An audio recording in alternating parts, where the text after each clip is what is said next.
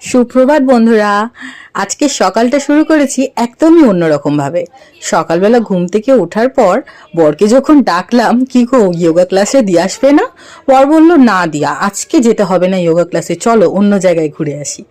আমিও বললাম চলো তাহলে বেরিয়ে পড়ি। দুজন মিলে বেরিয়ে পড়লাম ঠান্ডার মধ্যে, সকালের ঠান্ডাটা উপভোগ করতে। দুজনেই বেশ গাড়িতে বেরিয়েছি, মাথায় স্কার্ফটা জড়িয়ে নিয়েছি, যা ঠান্ডা হাওয়া বলার মতো না। তারপরে চলে এলাম, একটু ডাব খেলাম। আর আমাদের সামনেই লেক আছে, সুভাষ সরোবর।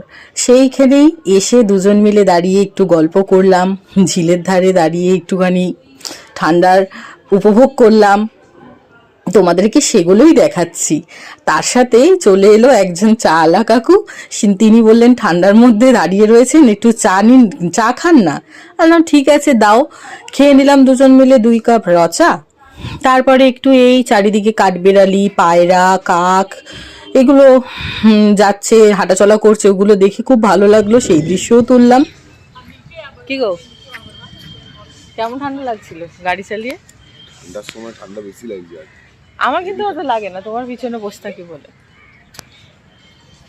তবে লেকের ধারে এসে একটা আলাদাই মজা।